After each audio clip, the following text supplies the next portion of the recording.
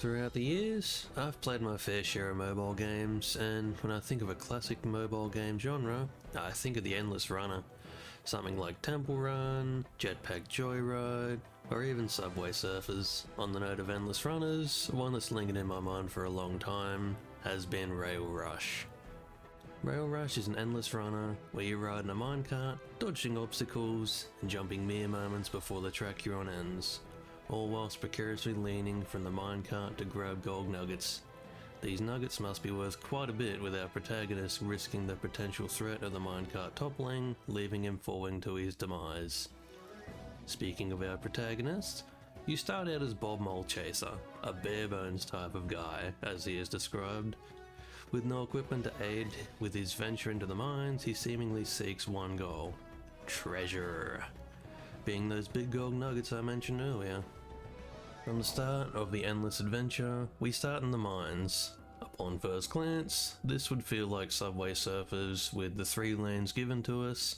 However, at most, we're restricted to 1 to 2 lanes, giving less emphasis on the ability to dodge an obstacle by jumping out of the way, and more so focused on leaning, jumping, and ducking out of the way. I mentioned leaning. This game also incorporates a laning mechanic that Temple Run has, where in that game you can change your current position by tilting your phone. In RailRush, you tilt your phone to make your character lean from left to right, but also swipe left and right to switch lanes. Anyways, back to the mines. We're dropped right into the action. The mines have an adventurous soundtrack, giving the feeling of this being an epic journey. Underneath the track is an ever-present fog. This fog is in a majority of the areas we can traverse through. In the mines, it's a blue fog. The occasional large rock pierces through the dark depths below. Above us, the occasional lantern hangs from the ceiling supports, giving our adventurer a chance to see more than just a few feet ahead. In terms of visibility overall, my guess is 10-15 meters aside ahead of us, giving just enough time to calculate any oncoming obstacles and threats and how we can avoid them. With obstacles mentioned, the most common obstacle we will face will be these wooden structures that line a vast majority of the tracks. Some are high, we have to duck under them, some are low, so we have to jump over them, and some are on the left and right sides of the track respectively, with both in the way of the minecart, and also in range to knock us out of the minecart.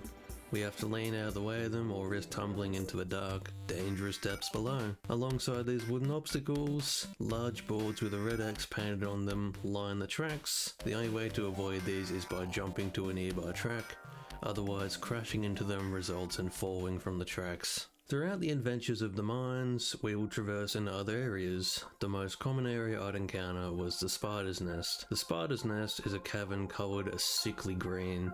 Large webs adorn the ceilings and walls. The fog present in the mines, now a large net woven of webs. Were you to fall into the webs, you may be saved by the initial fall.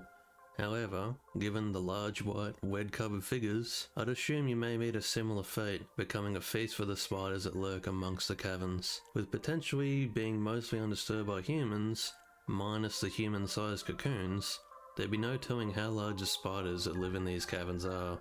Leaving the Spider's Nest, the mines feel like a relief, free from the potential arachnid threat throughout the cavern behind us. Throughout the journey through the mines, we can come across the Waterfall Caves. Water vigorously rushes beneath us as we race through the cave, a hazard no doubt. With no real start or end in sight, were we to fall into the river below, who'd know just how strong and fast the current is, as well as how cold the water could possibly be. Occasionally, a beam of sunlight breaks the darkness of the cavern, potentially showing how close to the surface we could be. I like this place though. It feels calm, yet giving a sense of caution from the rushing water below. Through our journey, we can find shortcuts, diversions in the track that lead up, down, or even into a side passage. The first leads down into the Catacombs. The Catacombs are awesome. It feels like a whole story is told by the short trip through them we're granted. An orange fog wraps from all around, decreasing our overall view. There's no fog below us, only an endless darkness, waiting to claim its next victim. Large hooded statues are strewn throughout the passage, pointed towards the tracks, almost as if they watch us as we travel past. Every so often, one is broken, either falling from the cave degrading over time, or done as an act of destruction by another adventure. What the statues represent, however, I'm unsure. Maybe a deity, a symbol of protection for the structures of skeletons that line the cave walls and ceilings, but they really add to the vibe this place gives off. Coming out of the catacombs, and near the end of the waterfalls, the sound of rushing water are drowned out as we travel further onwards. Amongst the caverns, signs of civilization can be seen at some points, the most common being the Dead City. The Dead City is a dark and bleak cavern. The walls are lined with bricks, the fog below us has dissipated here, only darkness lies below us. Amongst the darkness, large rocks and fallen pillars protrude upwards. At one point these pillars could have possibly been a part of housing, or a part of the cavern's supports before the miners had dug through to find precious minerals, stumbling across this ancient city in the process. How old these ruins could be is unknown. Whatever the case, they show what was once a civilization built between the caves, but now just a husk. No more than eerie reminder that people once thrived here, a long time ago.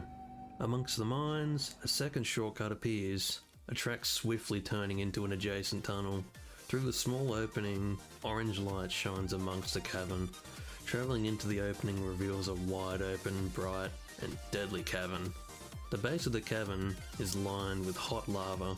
Travelling along the tracks makes me wonder just how longer they can hold up our weight, with the molten magma marching beneath us. Although the lava cavern provides some much needed relief from the darkness, it shows that even a welcoming beam of light can be a red herring, a dangerous encounter amongst the mine shafts. As soon as we get to grips with the molten marble, the tracks lead us back into the mines once again. Rolling through the mines, damp, dark places are quite frequent, some of them the perfect conditions for fungi to sprout to life. Rolling through the mines, the walls seem to glow a bright purple, a vibrant fog floats just beneath the rails, and tall mushrooms stand proudly through the fog, some even poking through the rails themselves. With the tall toadstools amongst the cave, it makes me wonder if the vibrant pink fog is actually spores, the undisturbed environment allowing them to float about and flourish. Our minecart flying through, swiftly sweeping up many of these spores and spreading them about, no doubt helping them to spread further throughout the mines.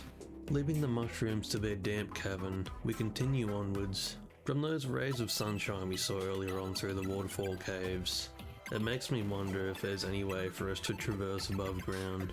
Eventually, a steep track curves upwards, a bright ray of sunshine beaming from above. Travelling up along the track, we're swiftly whisked upwards, above ground finally. The sunshine here is marvellous, a bright and safe environment that feels like salvation compared to the dark, dangerous mines below. With calm waters beneath us, trees flourishing from small islands, and arched structures flowing past us, the Oasis feels like a well-deserved holiday. With the minecart slowing down here, it lets us soak in the calm and serene atmosphere, a calm amongst the chaos below. However, with the calming Oasis providing brief respite, soon enough we delve back into the darkness, continuing our journey for treasure. With all things said and done, RailRush is a wonderful little game. I won't deny it can get very intense with the swiping and tilting mechanics both implemented in the game, but that said, it makes it feel a lot funner no doubt. For me, however, this is no more than a slice of nostalgia from when I'd play this game in school in my lunch breaks, seeing what high score I could get before next class would start. If you enjoyed this look into RailRush, there's a bunch of other worlds to explore as well, from the zombie caves, to Sweet Wonderland, Snowland, Horrorland, Steam Factory, Amazonia World, Undersea World, Jurassic Jungle, and the Pharaoh's Tomb. So there's a lot more content to check out. If you enjoyed this video enough and want more, I might have an in-depth look at some of the other worlds as well. Maybe you can check the game out for yourself too. It's free on the App Store. Keep in mind, I'm not actually sponsored by this game or anything, I just really like it because it was a lot of fun. If you're still here, I just wanted to say thank you. I've never really done a video like this before, with gathering footage, writing a script, and talking about something that I personally love. And it's something that's been with me since my teenage years. I might have a go at more videos like this, but for now, thank you for watching, and I'll catch you later, mate.